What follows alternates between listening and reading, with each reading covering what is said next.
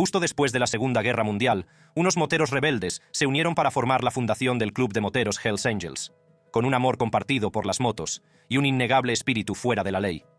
El club grabó notoriamente sus nombres en los anales de la leyenda con peligrosos líderes, y entre ellos se encuentran los líderes de los Hells Angels más peligrosos de la historia. Pero, ¿quiénes son? Antecedentes de los Ángeles del Infierno y sus miembros. El club de moteros Hells Angels es una cautivadora hermandad de moteros que ha captado la atención de numerosas agencias policiales y de inteligencia internacionales, que los clasifican como bandas de moteros.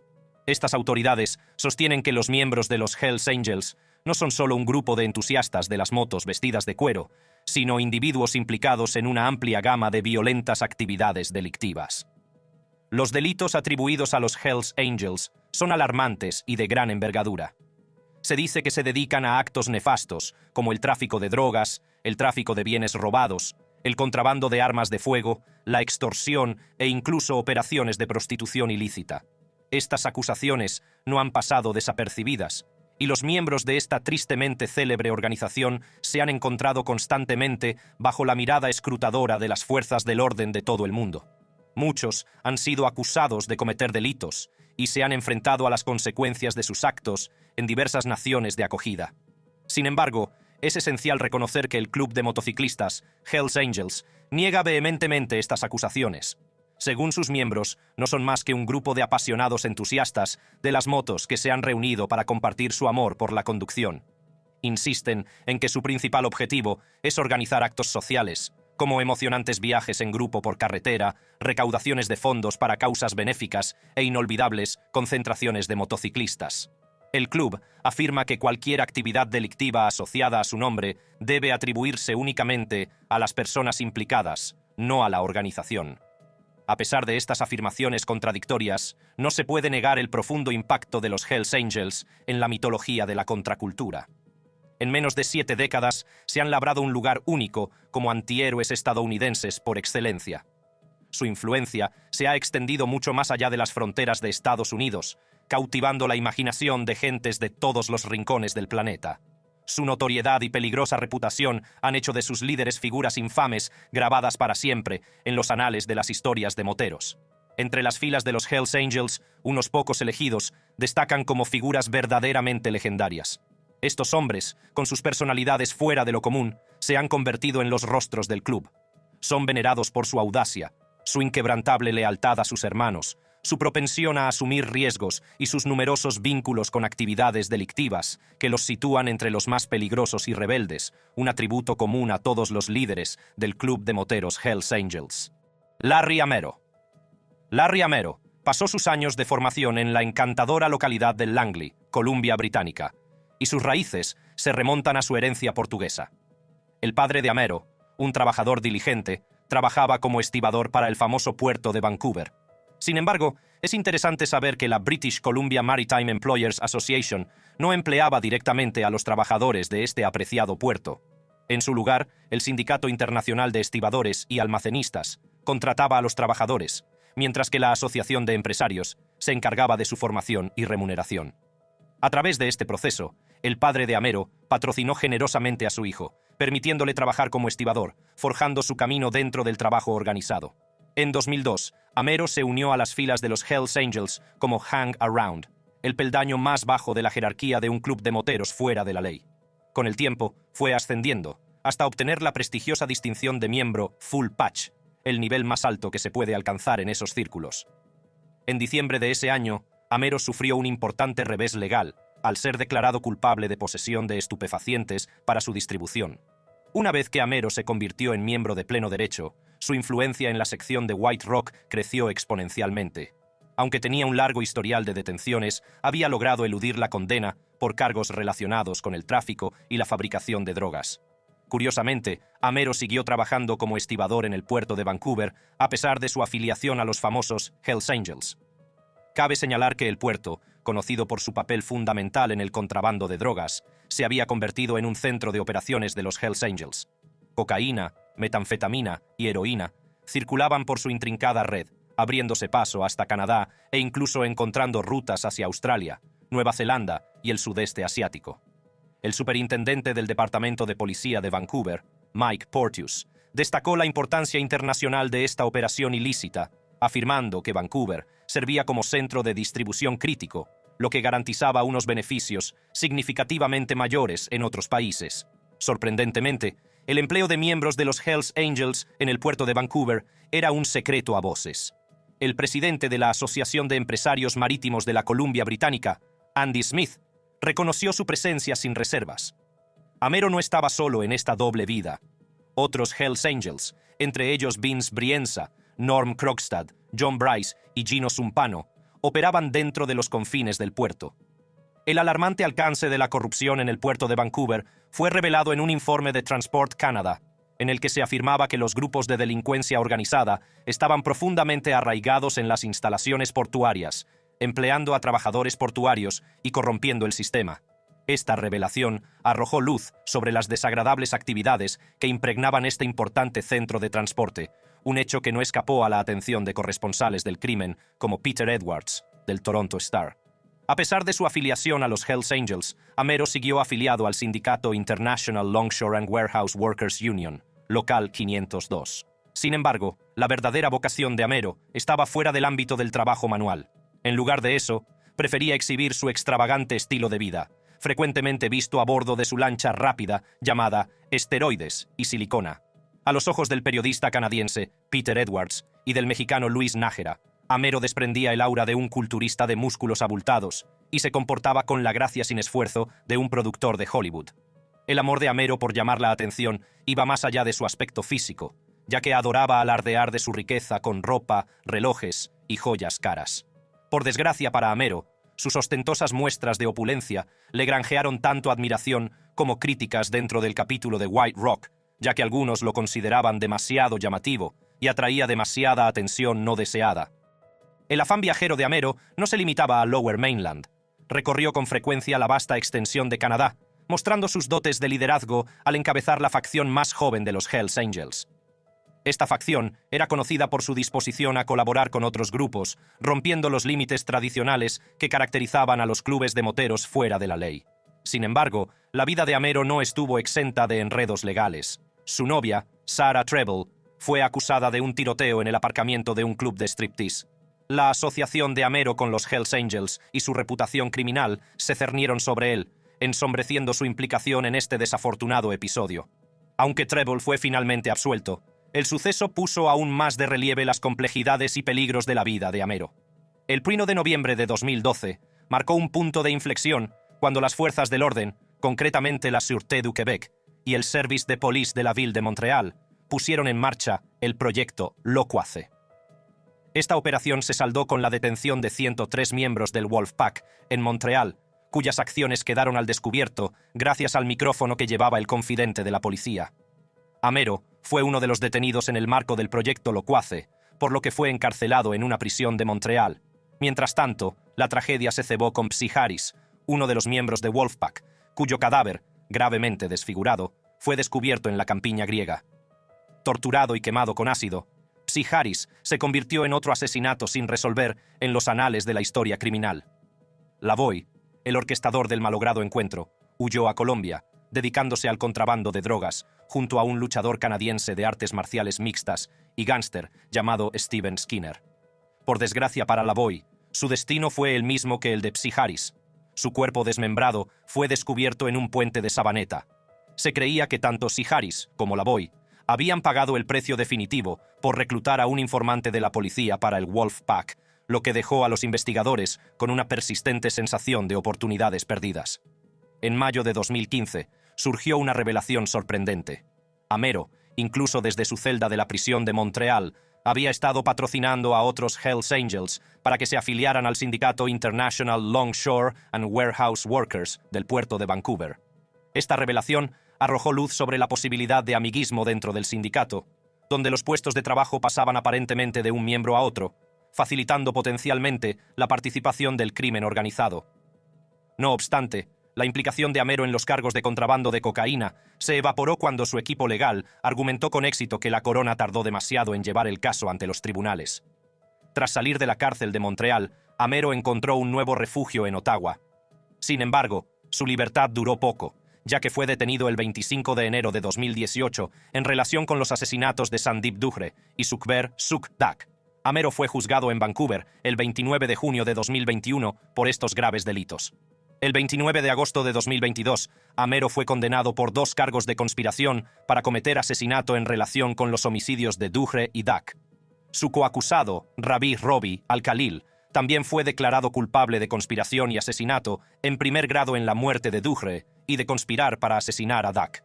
Sin embargo, Al-Khalil se fugó del centro de detención preventiva de North Fraser y sigue prófugo. Ralph Hubert Sonny Barger, Jr.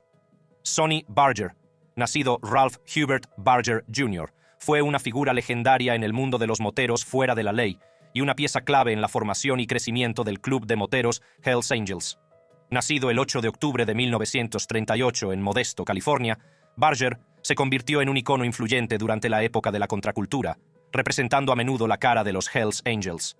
La andadura de Barger en el mundo de los moteros, fuera de la ley, comenzó en 1956, cuando se unió a su primer club de moteros, los Oakland Panthers, que ayudó a fundar junto a compañeros veteranos del ejército.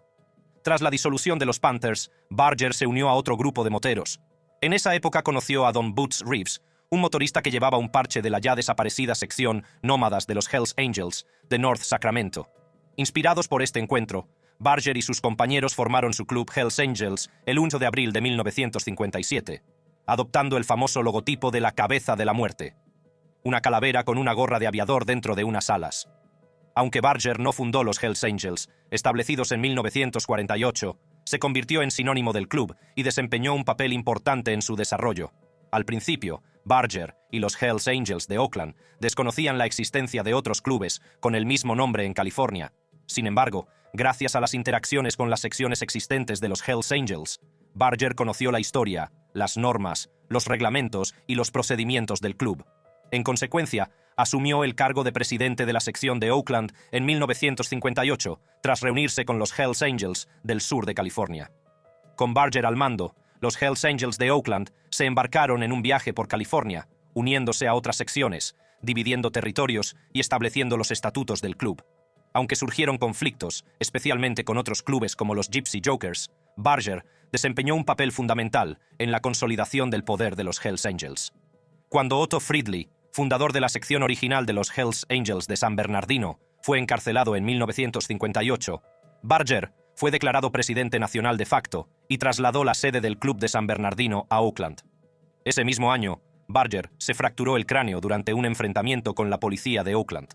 Bajo su liderazgo, los Hells Angels experimentaron un aumento del número de miembros, y en 1960 la sección de Oakland había establecido una extensa red de narcotráfico. La influencia de Barger se extendió más allá de la sección de Oakland, ganándose la reverencia de los miembros de los Hells Angels de todo el mundo. El conocido escritor Hunter S. Thompson le consideraba el jefe de cualquier reunión de los Hells Angels y describía a Barger como una persona dura y sensata, capaz de manejar cualquier situación que se le presentara. A pesar de su prominente posición, Barger siempre negó ser el líder de los Hells Angels o de la sede del club en Oakland, desestimando tales nociones como meras especulaciones de los medios de comunicación y la policía. Creía que no había ninguna autoridad que llevara la voz cantante, que todo eran habladurías. De 1960 a 1965, Barger trabajó como maquinista hasta que le despidieron por exceso de ausencias. Durante este tiempo, sus antecedentes penales empezaron a tomar forma. En 1963 fue detenido por posesión de marihuana y al año siguiente volvió a enfrentarse al mismo cargo. Los problemas de Barger persistieron en 1965 y 1966, cuando fue detenido por agresión con arma mortal. En 1965, durante una época de sentimientos contrarios a la guerra de Vietnam, una manifestación organizada por estudiantes de la Universidad de California en Berkeley desató la polémica. Los Hells Angels de Oakland denunciaron el acto, calificándolo de despreciable actividad antiamericana. Pero no todo fue coser y cantar para Sonny Barger. En 1972 se produjo uno de los incidentes más infames en los que se vieron implicados él y otros miembros de los Hells Angels. Se enzarzaron en una persecución a alta velocidad con guardas forestales, que acabó en tragedia cuando un coche se estrelló contra un árbol.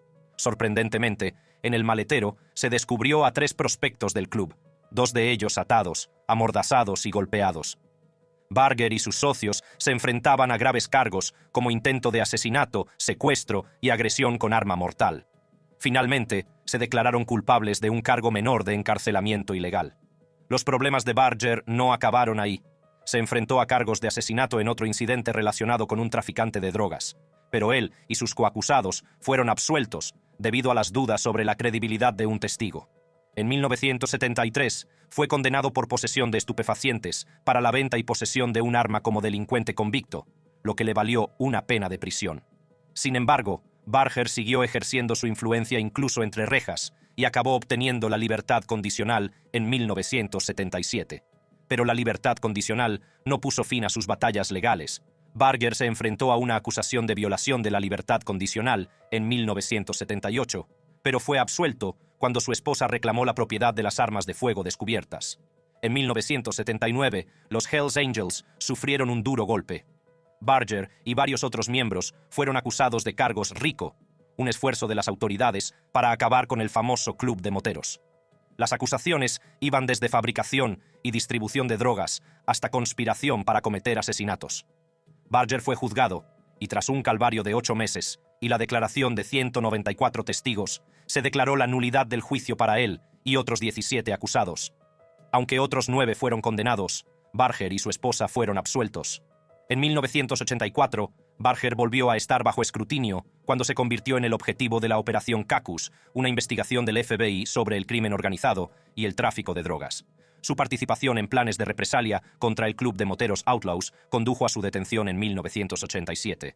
Tras cumplir su condena, fue puesto en libertad en 1992.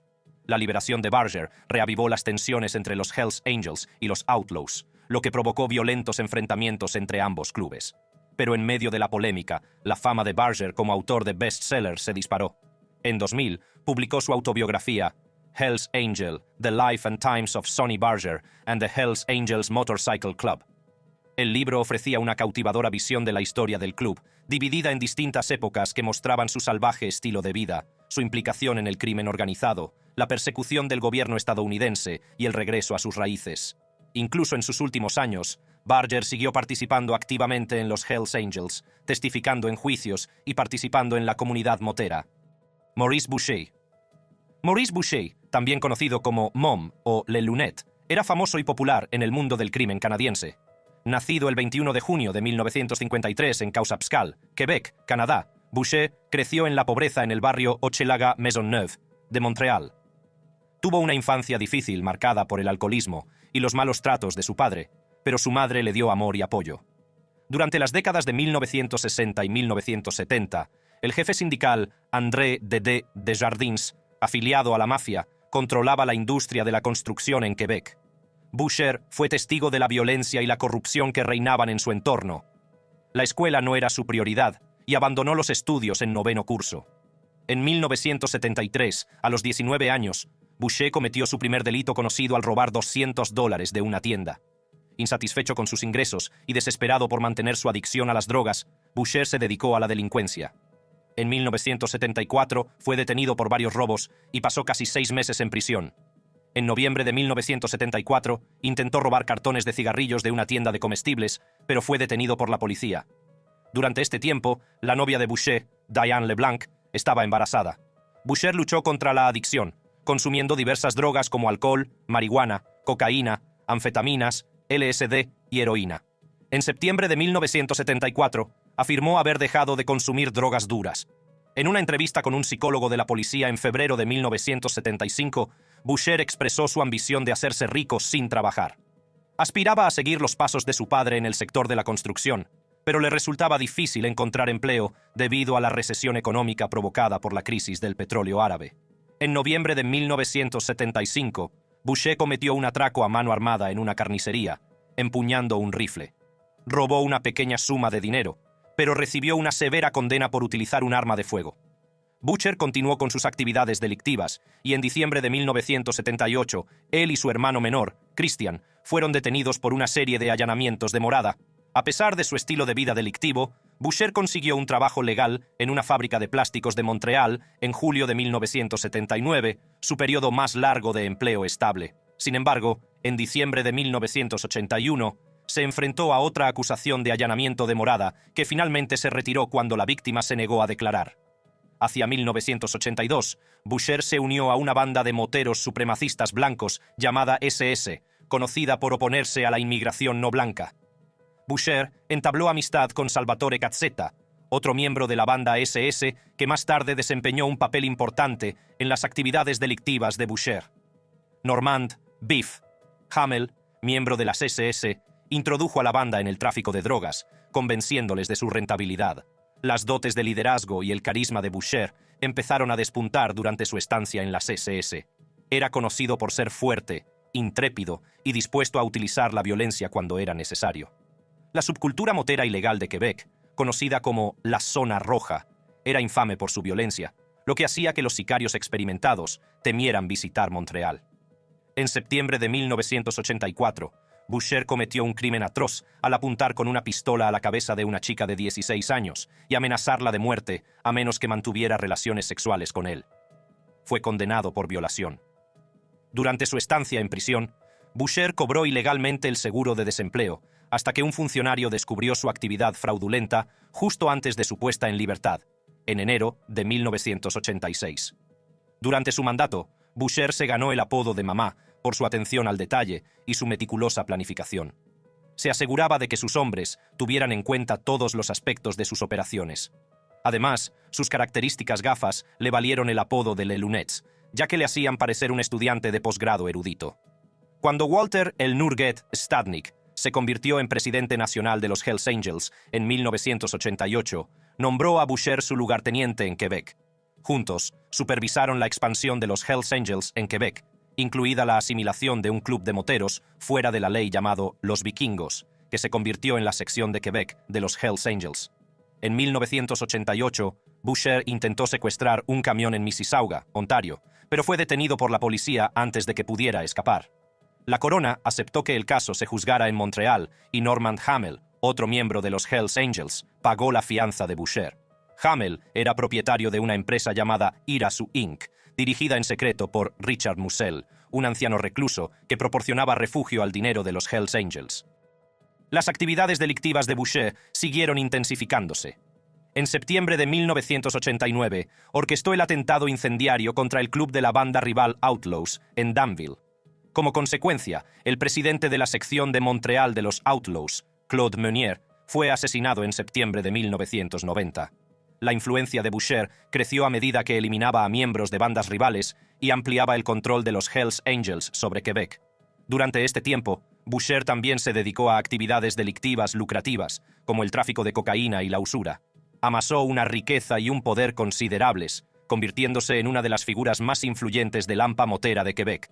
Su hijo, Francis, siguió sus pasos y se involucró en el activismo racista, profundizando aún más los lazos criminales de la familia. En septiembre de 1992, la Real Policía Montada de Canadá puso en marcha una importante investigación denominada Proyecto Yagi para descubrir una operación de contrabando de drogas orquestada por la mafia y los Hells Angels. Esta operación implicaba el transporte de cocaína desde Jamaica, procedente originalmente de Venezuela. La investigación se desencadenó cuando un policía de tráfico paró a Boucher y descubrió que llevaba armas de artes marciales, violando así una orden judicial que le prohibía llevar armas. Aunque Boucher pagó una multa, su asociación con actividades delictivas no escapó a la atención de las fuerzas del orden.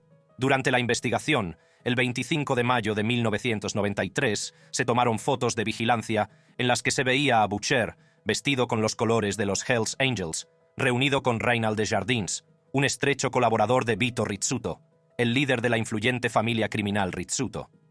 La familia Rizzuto era conocida como una de las familias mafiosas más poderosas de Canadá.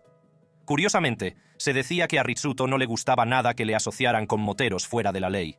No obstante, Boucher y Desjardins mantuvieron una estrecha alianza. En 1994, Boucher fue detenido acusado de tráfico de drogas, conspiración para cometer asesinato y participación en una organización criminal. Los cargos se derivaban de la investigación del Proyecto Yagi y pretendían desmantelar la operación de contrabando de drogas en la que participaban los Hells Angels y la mafia. A pesar de su detención, Boucher siguió ejerciendo su influencia dentro de los Hells Angels, incluso entre rejas. Una violenta lucha por el poder dentro del submundo motero de Quebec marcó la estancia de Boucher en prisión. En septiembre de 1997, Salvatore Cazzetta, antiguo socio de Boucher en la banda SS y figura destacada de la banda rival Rock Machine, sobrevivió a un intento de asesinato. Boucher y sus leales orquestaron el atentado para eliminar a Cazzetta y hacerse con el control del tráfico de drogas en Quebec. La violencia fue en aumento y desembocó en una guerra mortal entre los Hells Angels y los Rock Machine, que se cobró muchas vidas. En 2002, Boucher fue declarado culpable de 2 cargos de asesinato en primer grado por ordenar los asesinatos de 2 funcionarios de prisiones, Pierre Rondeau y Diane Lavigne, en 1997. Sus leales llevaron a cabo los asesinatos como parte de su campaña de terror contra quienes se le oponían. Boucher fue condenado a cadena perpetua sin posibilidad de libertad condicional durante 25 años. Desde su encarcelamiento, la influencia de Boucher ha disminuido y se han realizado esfuerzos para desmantelar las redes criminales que controlaba. Tras varias detenciones y procesamientos de alto nivel, la guerra entre los Hells Angels y los Rock Machine acabó por remitir. A pesar de su encarcelamiento, el nombre de Maurice Boucher sigue siendo sinónimo de la delincuencia organizada de Quebec. Lorne Campbell. Lorne Edgar Campbell, antiguo delincuente y motorista fuera de la ley, nació en Canadá el 2 de septiembre de 1948. Se unió al Satan's Choice Motorcycle Club en 1965 y fue uno de sus miembros fundadores. Campbell siguió siendo miembro del club hasta el año 2000, cuando se fusionó con los Hells Angels. De 1985 a 1997 dirigió la sección Satan's Choice de Oshawa y de 2001 a 2006 presidió la sección Hells Angels de Sudbury. Durante su época de motero se enfrentó a numerosas condenas. Uno de los casos notables en los que se vio implicado Campbell es el de los 8 de Port Hope, que fue muy polémico. En este caso, Campbell afirmó haber asesinado a William Heavy Matillek el 18 de octubre de 1978 en Port Hope. Sin embargo, otros 6 hombres fueron declarados culpables del crimen. La implicación de Campbell en el caso de los 8 de Port Hope y su vida, en general, se han tratado en varios libros, entre ellos A Conspiracy of Brothers, de Mick Lowe, y Unrepentant, de Peter Edwards. Su testimonio sobre el asesinato fue polémico entonces, y lo sigue siendo hoy. Campbell creció en un entorno tumultuoso y abusivo en sus primeros años. Su padre, Lorne Campbell Sr., era un veterano conflictivo de la Segunda Guerra Mundial que chocaba frecuentemente con las autoridades militares. El estilo de vida nómada de la familia llevó al joven Campbell a experimentar constantes traslados y falta de estabilidad. Su padre llegó a tener un hijo con otra mujer mientras estaba destinado en Inglaterra. La relación de Campbell con su padre era complicada, pero reconoció que el deseo de su padre de que fuera un luchador influyó en su personalidad. A los 8 años, los padres de Campbell se divorciaron y pasó un tiempo al cuidado de un tío que lo descuidaba. A pesar de estos problemas, Campbell mantenía unas notas medias en la escuela, pero luchaba contra la ira y la violencia. Sus experiencias en campamentos juveniles le marcaron aún más, ya que sufrió brutales palizas de sus supervisores. Campbell volvió al cuidado de su madre en Oshawa, viviendo en un apartamento destartalado del que se avergonzaba. De adolescente, Campbell se enamoró del club de motociclistas Phantom Riders y de su presidente, Bernie Gwindon. Encontró consuelo y sentido de pertenencia en la cultura motera y acabó uniéndose al Satan's Choice Motorcycle Club en 1965. La reputación de Campbell como entusiasta de las artes marciales y miembro feroz del club creció. Sus violentos encuentros con clubes rivales, como el Golden Hawk Riders, aumentaron su notoriedad. A pesar de empezar un curso de técnico mecánico en el Durham College, Campbell nunca lo terminó. Ascendió en las filas de Satan's Choice y llegó a ser sargento de armas de la sección de Oshawa, responsable de imponer la disciplina. Sin embargo, problemas personales le llevaron a disolver su relación con su novia y a perder la custodia de su hija. Para complementar sus ingresos, Campbell y John Foote, miembro de Satan's Choice, trabajaron como cobradores de deudas para la mafia, asegurándose de recibir el 50% de las deudas contraídas. Campbell veía su trabajo como parte de un juego, sin remordimientos por quienes sufrían las consecuencias. Los conflictos internos dentro de Satan's Choice, en particular con el presidente nacional Garnet McEwen, intensificaron el desdén de Campbell hacia los dirigentes del club. El momento crucial en la vida de Campbell fue el 18 de octubre de 1978 en Port Hope. Siguiendo un consejo de Richard Sauvé, Campbell fue a reunirse con William Heavy Matillek en el Queen's Hotel. Matillek, conocido por sus tendencias violentas, estaba acompañado por miembros de los Outlaws y actuó de forma beligerante. Al sentirse amenazado, Campbell disparó varias veces a Matijek, alegando defensa propia. Sus acciones condujeron a su detención por agredir a agentes de policía en otro incidente. Durante el posterior juicio de los 8 de Port Hope, Campbell decidió asumir la responsabilidad del asesinato de Matijek para proteger a sus hermanos moteros de las consecuencias de su crimen. Confesó y se propuso un acuerdo de culpabilidad, por el que Campbell admitió ser culpable de asesinato en segundo grado y fue condenado a 10 años de prisión. El juicio estuvo lleno de giros dramáticos. El fiscal de la corona, Chris J. Mainhardt, presentó el asesinato como premeditado, mientras que los testimonios de los testigos cambiaron en múltiples ocasiones. Campbell subió al estrado, proclamando su culpabilidad y la inocencia de sus compañeros del club. Sin embargo, su condena por perjurio y las acusaciones de la corona de mentir para proteger a sus compañeros suscitaron dudas sobre su credibilidad. A pesar de la controversia que rodeó su testimonio, la afirmación de Campbell de haber matado a Matijek sigue siendo una parte importante de su legado. Incluso una canción protesta de Steve Earle, titulada Justice in Ontario, menciona brevemente el caso de Campbell y el juicio de los 8 de Port Hope, reflejando las opiniones divididas del público. Campbell estuvo en libertad entre 1985, cuando solicitó inicialmente la libertad condicional, y 1988, cuando se convirtió en presidente de la sección de Oshawa. Decidió distanciarse del estilo de vida de los motoristas fuera de la ley, al darse cuenta del impacto negativo que había tenido en su vida. Campbell buscó la redención y un nuevo comienzo, decidido a dejar atrás su violento pasado. Se centró en el crecimiento personal, la terapia y el establecimiento de relaciones más sanas. En los años siguientes a su puesta en libertad, Campbell se dedicó a ayudar a los demás y a evitar que los jóvenes cayeran en la delincuencia. Participó activamente en programas de ayuda a la comunidad y empezó a trabajar con jóvenes en situación de riesgo, compartiendo sus experiencias como ejemplo de advertencia. Campbell hablaba abiertamente de las consecuencias de la violencia y de la importancia de tomar decisiones positivas. La transformación de Campbell y su compromiso con el servicio a la comunidad le valieron el reconocimiento y el respeto de algunos rincones de la sociedad. Recibió premios y galardones por su contribución a los programas de mentores juveniles y sus esfuerzos por promover la no violencia. A pesar de sus esfuerzos, el pasado de Campbell siguió persiguiéndole.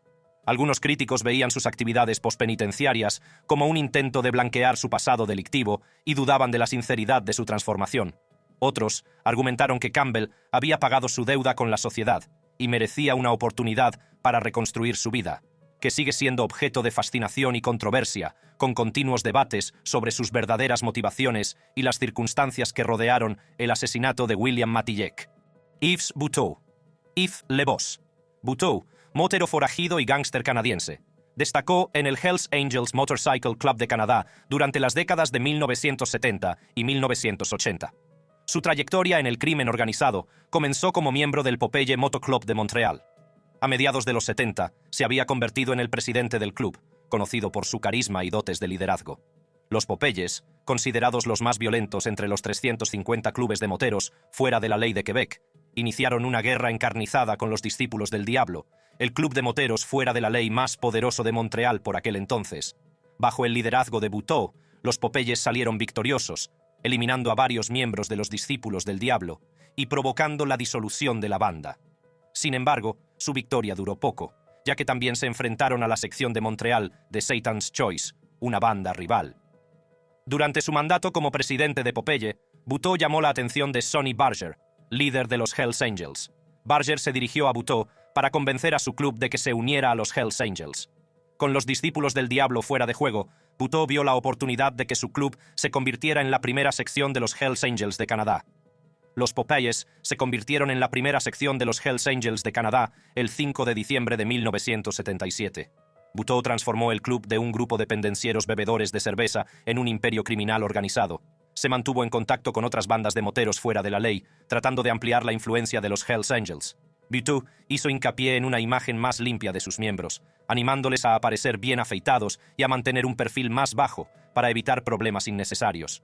Como presidente de los Popeyes y de los Hells Angels, Buteau trabajó como subcontratista para la banda irlandesa canadiense West End, suministrando drogas a las bandas de moteros. En 1978 estalló una guerra de moteros entre los Hells Angels y los Outlaws. El conflicto comenzó cuando Yves Trudeau, asesino de los Hells Angels, disparó a 2 outlaws a la salida de un bar de Montreal. Este incidente provocó ataques de represalia, lo que intensificó la violencia entre las dos bandas. Buteau declaró la guerra a los proscritos y ordenó a los miembros de su club que los eliminaran de Montreal. La guerra se saldó con numerosas bajas en ambos bandos, y los Angels hicieron gala de un carácter despiadado que minó la moral de los outlaws. En su afán por expandirse por Ontario, Buteau reclutó a Walter Stadnick, el líder de una banda de moteros llamada Los Salvajes. Al ver la amenaza potencial, los outlaws lanzaron un ataque conocido como la Masacre de Le Tourbillon, que se cobró la vida de miembros de los Hells Angels y de los Wild One. A pesar del revés, Buteau continuó atacando a los outlaws, ordenando el asesinato de sus miembros y alimentando aún más la violenta guerra motera. La influencia de Buteau se extendió a la Columbia Británica, donde intentó establecer nuevas secciones de los Hells Angels.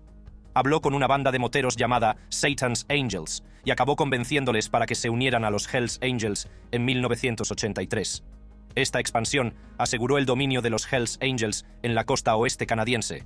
A pesar del éxito de su expansión y de sus actividades delictivas, el reinado de Yves Le Boss Buteau, como presidente nacional de los Hells Angels en Canadá, se vio trágicamente truncado.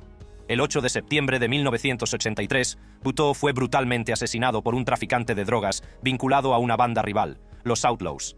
Fue un final impactante y violento para un hombre que había desempeñado un papel fundamental en el establecimiento de los Hells Angels como una importante fuerza criminal en Quebec. Los líderes de los ángeles del infierno más peligrosos de la historia han grabado su nombre en el crimen, pero no se comparan con los líderes que verás cuando pulses la tarjeta en tu pantalla.